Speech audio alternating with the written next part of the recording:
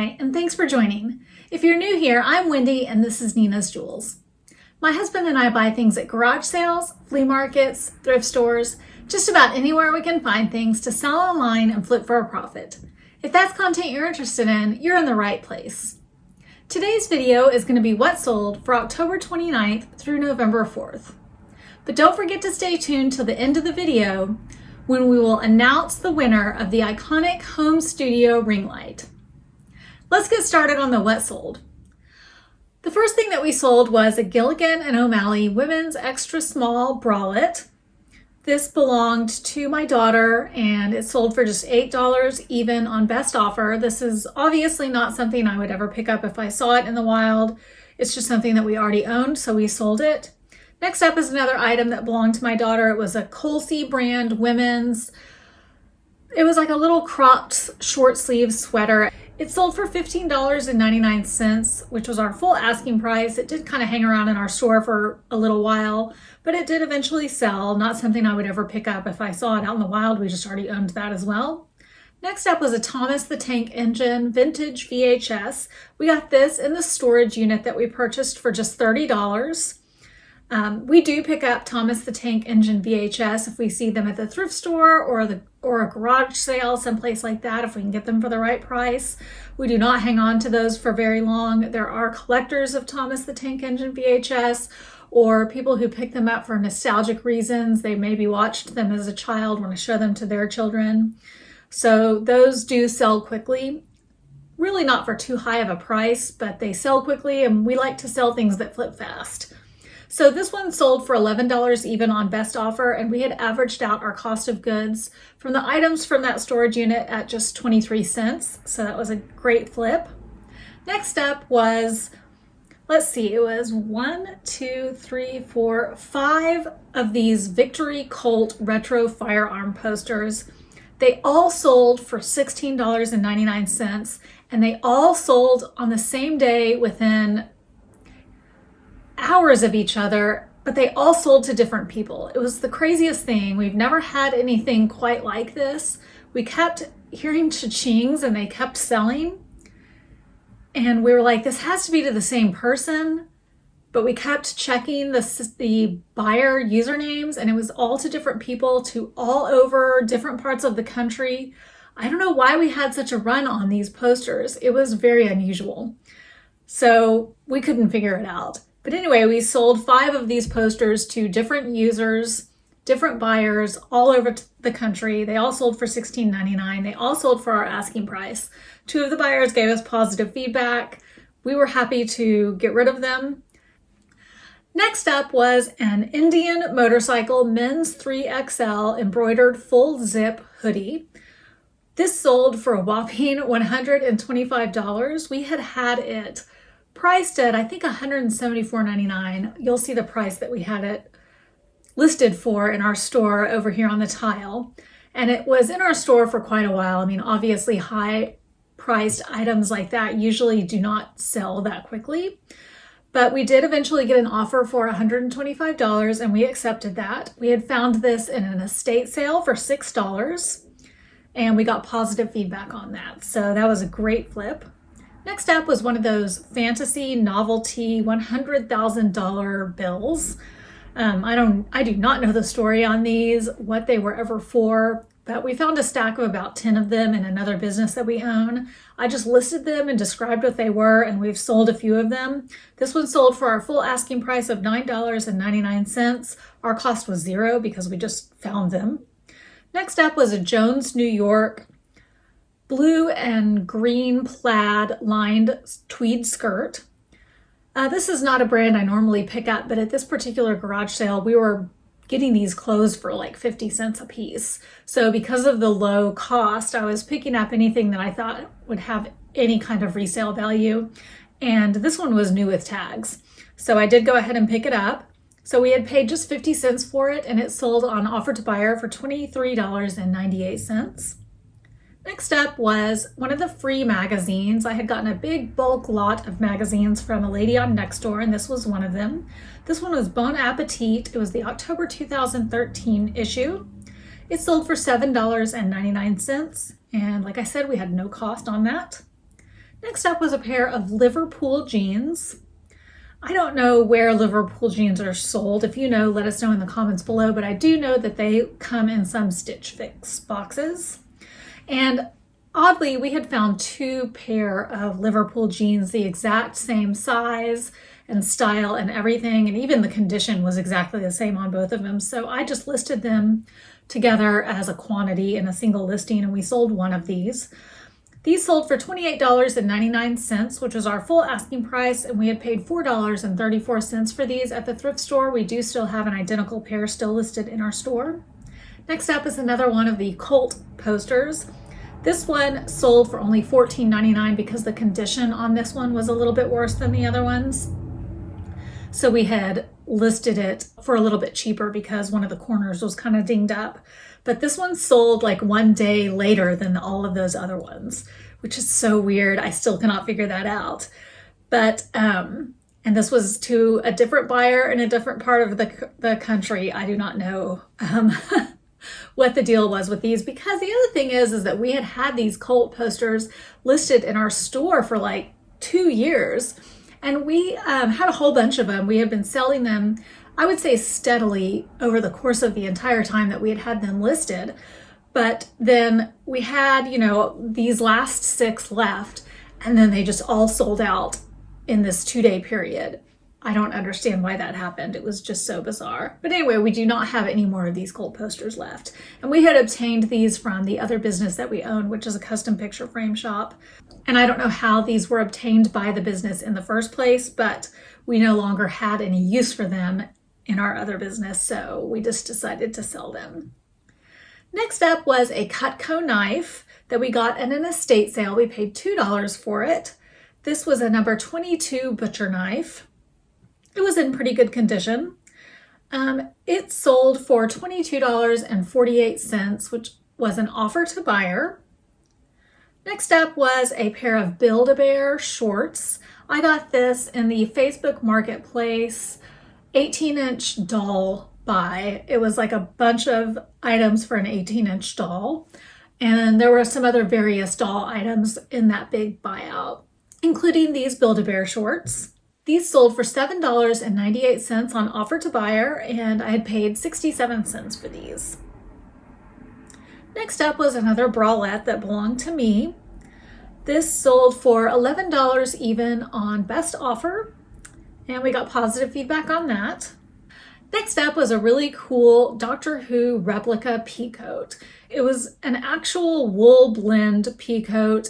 It was made to look exactly like the coat that Doctor Who wears in the show. This was made by a brand called Abbyshot. These coats are very expensive to buy them brand new retail. This one's actually not available anymore by the company Abbyshot. From what I understand, they make a lot of different replica clothing from different television shows and movies and things like that. And for a lot of the items that they make, there is a waiting list that you have to get on. So when I researched this, I found that these were selling quite high. The one that we had was a very small size. So that did make it a little bit of a harder sell, but it sold immediately, like within hours of me listing it.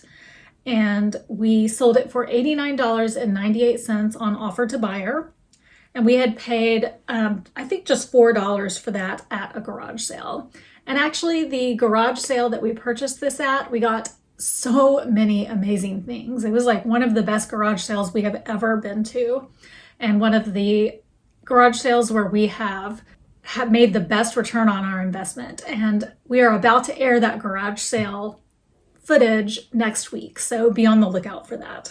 Next up was another Cutco knife, and I have mentioned in previous videos that Cutco knives are definitely a bolo, and you can list Cutco knives no matter their condition, and that's true on this one. On this one, you can see in the picture that the blade was actually broken on part of it, and the tip of the blade was broken off. And this Cutco knife sold immediately, even despite that. This one was a utility knife. It was called a trimmer, and it still sold for $36, even despite that damage on best offer, and we had paid $2 for that at an estate sale. So Cutco knives, no matter the condition, are worth picking up. Next up was a very heavy, very long, 100% wool, full-length tweed pea coat. My husband called this the Lloyd Dobler coat because that's exactly what it looked like, Lloyd Dobler. And if you're a child of the 80s, you'll know exactly what I'm talking about. This we got in the Goodwill bins. We had averaged out our cost that day of each item being $1.33. Although if we had picked this coat up by itself, it was so heavy it would have cost a lot more than that. So it is not something that we would have picked up by itself, but still worth it. That coat eventually sold for $50 even on best offer, and we got positive feedback on it. It was a union-made vintage coat, so we felt like it was worth it, and it was. Next up was an item that we bought when we were really new to thrifting and when we were really new to reselling. And this is not something that we would pick up now. At least it's not something that we would pay this high of a price for. I would actually pick this item up based on style and brand probably, but at least based on style, but I would not pay this much for it. When I look at how much we paid for it, I'm like, what were we thinking? But this was a Lands' End black down-filled puffer vest. So Lands' End is a brand that, I probably wouldn't pick up just for the brand, but I would pick it up because it's a down-filled puffer vest. But we actually paid $8.20 for that down-filled puffer vest, which to me, like looking at that now, I'm just like, that's crazy. And it took a long time to sell. Probably we had it overpriced trying to compensate for the fact that we paid so much for it. But it did eventually sell for $25 even on best offer. Next up was a really cool vintage men's wool fedora. And this, we had the original box with it, and it had these cool feathers on the hat band. It was a really cool hat. I had it priced at like $99. I mean, I felt like it was worth that, but we just were not getting any offers on it at that price. And because this hat was in this hat box, it was taking up so much space on our shelf. And so when I got a watcher on this hat, I decided to make a really good offer to the buyer of $59.98. I was like, I just want this hat out of here. I made an offer of $59.98 and they accepted. And so I was glad to get that hat out of our inventory room. It was taking up a lot of space.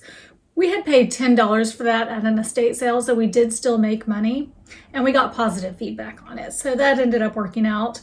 Maybe we just had it overpriced. I don't know. I did kind of have a little bit of an emotional connection to that hat, so I may have overpriced it a little bit.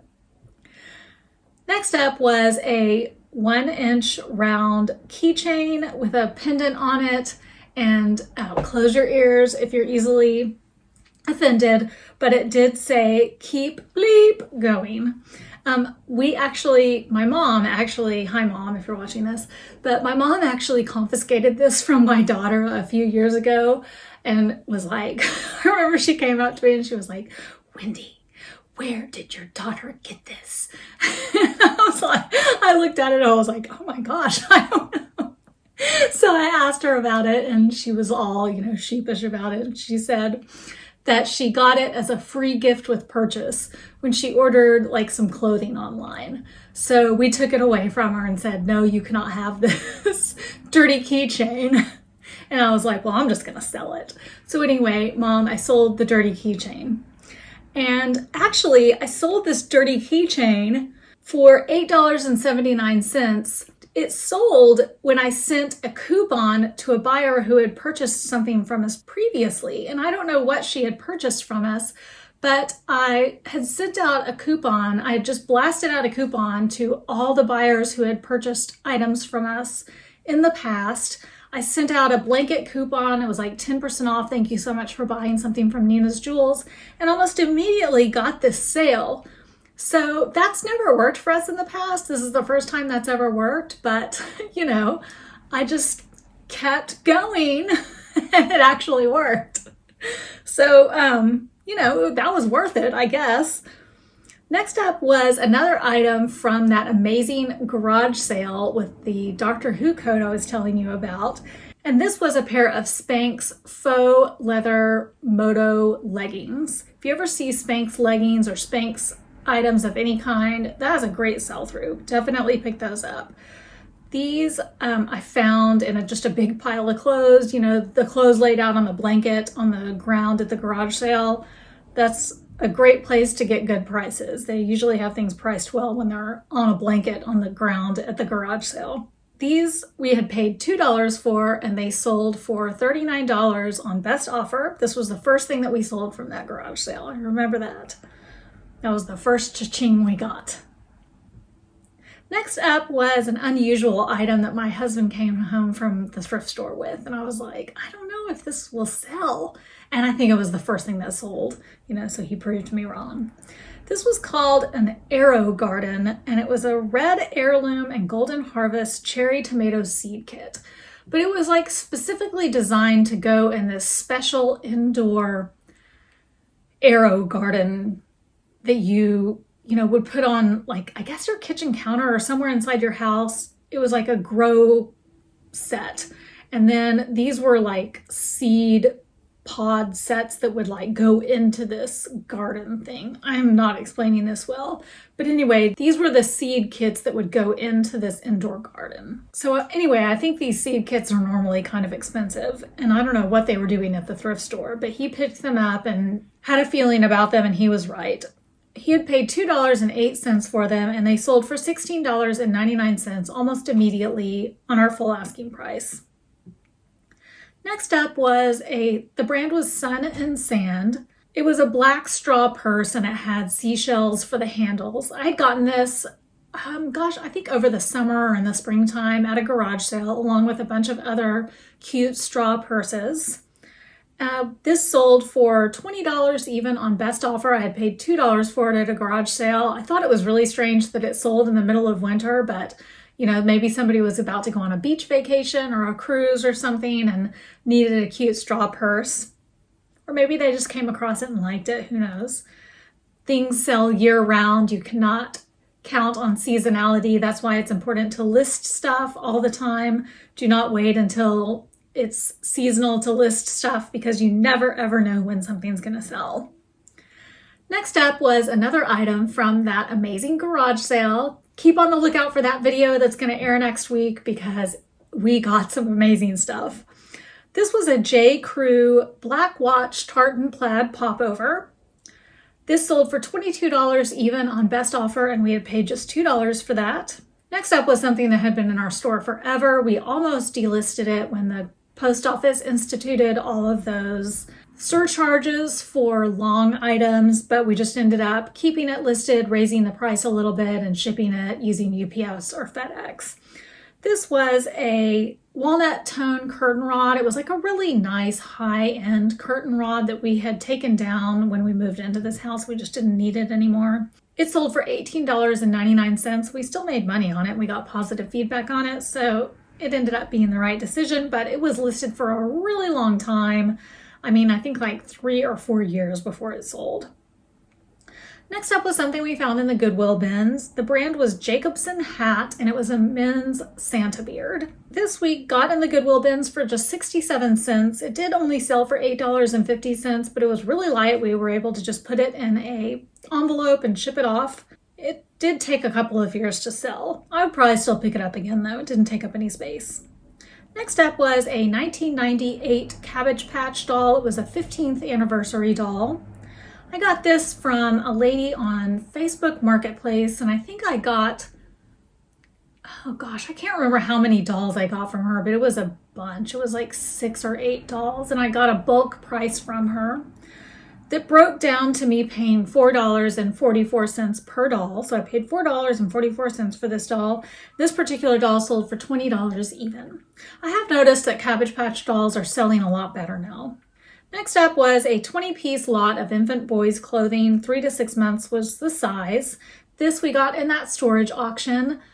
That unit that we got for just $30, there was a bunch of kids' clothes. We made big lots of all the baby clothes, and they sold great. It was definitely worth the trouble on that. We had paid just 24 cents for this whole lot of clothing, and it sold for $26.99. Next up was a Mitchell & Ness men's size 3XL Ryan Sandberg jersey from the Chicago Cubs. This we got at a garage sale. We paid $2.50 for it, and it sold for $65. I think I had it priced at like maybe $89.99. I don't know. You'll see the price over here. And we got a couple of offers on it, and I had declined a couple of them, and then the guy came back and offered again, and I was like, I'm just going to go ahead and take this. So I did take the $65 offer, and I'm glad I did now. Next up was a Cabela's wrist sling. So it was for a bow and arrow. It was brand new in the package. We had gotten this at an estate sale for just $1, and it sold for $14.98 on offer to buyer. Next up was a pair of men's Wrangler jeans.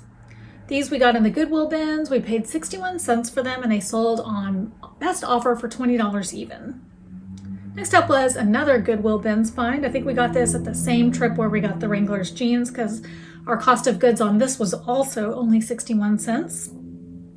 The brand was Color by Finley, and I had in the title that the original retail price of this item was $165.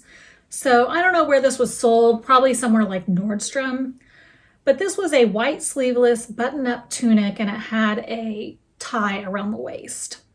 So this was a higher end item, and it was new with tags. It sold for $57.99, which was our full asking price. It did not sell very quickly. It did take a little while to sell, but we eventually got our full asking price, so that worked out. Next up was a kid's puffer jacket. It was the brand C9 by Champion. And this was a pink fleece-lined hooded puffer jacket. It sold for $15. We had paid $2.50 for that at a garage sale. I think we got that at the same garage sale where we got that Ryan Sandberg jersey. Next up was a Patagonia kids puffer jacket. We don't pick up a lot of kids clothes. I'll pick up Gymboree kids clothes. I'll pick up kids puffer jackets because they sell, or kids Patagonia, kids North Face, stuff like that. My husband picked up this kids Patagonia jacket. It was a reversible jacket. That made it even better.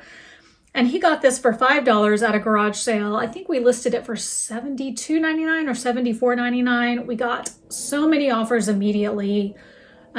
Several that were pretty low I turned down. And then within a week, we had it sold for $65 on best offer. Next up, I'm going to go over all of the collectible cards from my husband's personal collection. We sold 3 high-value cards this particular week. First up were 2 high-value cards that went to the same buyer. They were both Magic the Gathering Unlimited cards. The first one was a card called the Two-Headed Giant of Forests. I don't know if I'm saying that card correctly. It has a really weird spelling, so forgive me if I pronounced that incorrectly. And also another card called Mind Twist. Together, the buyer paid $132 for both of those cards. Next up, there was another Magic the Gathering Unlimited card that sold, and this one was Demonic Tutor. And if you've seen any of our videos in the past, you know that we've sold this card several times before. This time it sold for $121.50 on auction, and we got positive feedback on that. And this was also a great week for us for low value cards. And when I say low value cards, I'm talking about cards valued at $10 or under. This week we sold 19 cards valued at $10 or under for a total dollar amount of $53.21. So now we'll go show you who won the iconic home studio ring light. Brax, who do you think it's gonna be? Who do you think it's gonna be? Huh? Okay guys, here we go. I was actually really surprised by how few people entered this giveaway. Last time we did a giveaway, we had hundreds of people enter, so I was surprised that we did not have more. But I am pleased that someone who really wants this ring light is gonna get it. So good luck to you guys, and let's go ahead and do the drawing.